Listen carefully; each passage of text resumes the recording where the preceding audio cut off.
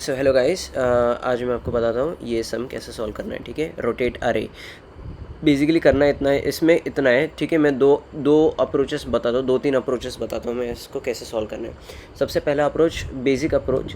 इसमें क्या है कि बेसिकली हमको करना है कि इस अरे को करना ही अपने को, मैं सम पहले आपको समझा देता हूँ। इस अरे को 3 बार रोटेट करना है। k इज इक्वल टू 3 है तो 3 बार रोटेट करना है। कैसे रोटेट करना है, तो पहले जो 7 है, 7 क्या करेगा, पहले पोजीशन पे आके बैठ जाएगा, और फिर ये जो बाकी के पूरे हैं ये आगे आके बैठ जाएंगे यहाँ पे 2 2, मतलब ये सेकंड पोजीशन पे 1 2 सेकंड पोजीशन पे आएगा, as you can see in this step.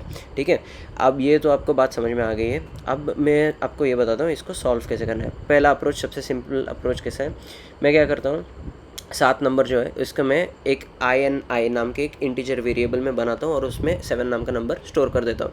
बाकी जो है 1 to 6 जो है यहाँ पे, जैसा आप देख सकते हो 1 to 6 जो है वो, ये 1 to 6 क्या करेंगे, एक स्टेप आगे जाएंगे। तो यहाँ पे 6 आएगा, एज यू कैन सी यहाँ से यहाँ तक हो जाएगा।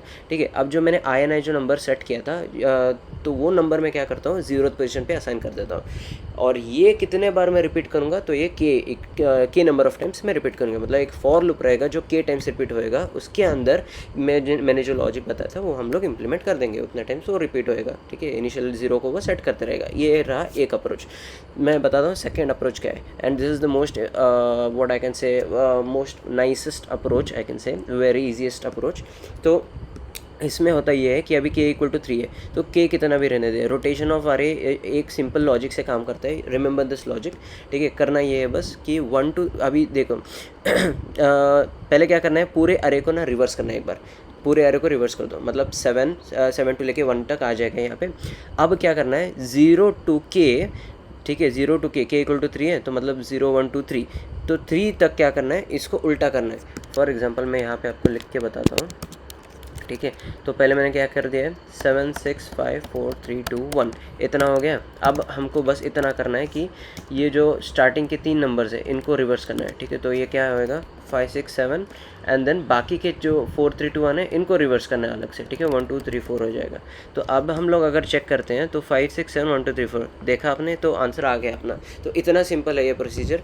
इस अरे को 3 पार्ट में डिवाइड करना है। सबसे पहले स्टेप क्या करना है, हमें पूरे अरे को रिवर्स करना है। रिवर्स करने के बाद इसको 2 पार्ट्स में डिवाइड करना है, जैसे कि अभी आप लोगों को मैं बता देता हूँ फिर से, सॉरी।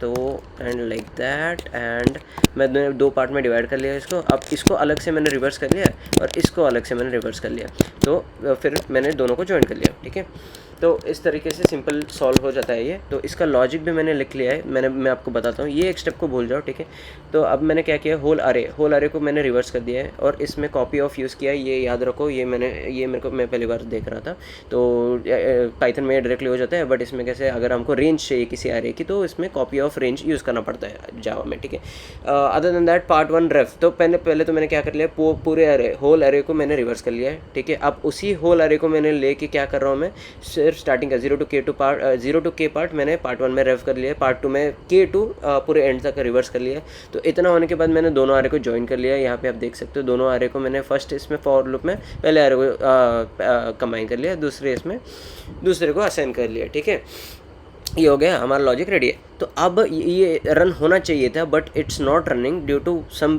रीज़न। तो उसका रीज़न ये है कि k equal to k mod nums dot length. इसका रीज़न क्या है मेरे को ये समझ में नहीं है, मैं समझा भी देता हूँ। केस 3 अगर हम लोग देखते हैं इसमें, तो केस 3 में क्या है, 1 2 है, तो 1 2 है और k इक्वल टू 3 है। तो इस केस में क्या हो रहा है कि ये एरर दे रहा है, ये वाला लॉजिक एरर दे रहा है अगर हम लोग ये वाला लाइन यूज़ नहीं करते हैं। तो इस लाइन से क्या हो रहा है कि k की वैल्यू शायद 1 सेट हो रही है, तो प्रॉब्ली एक ही बार वो रिवर्स हो रहा है, I guess. And this is how it's working as of now. ठीक है,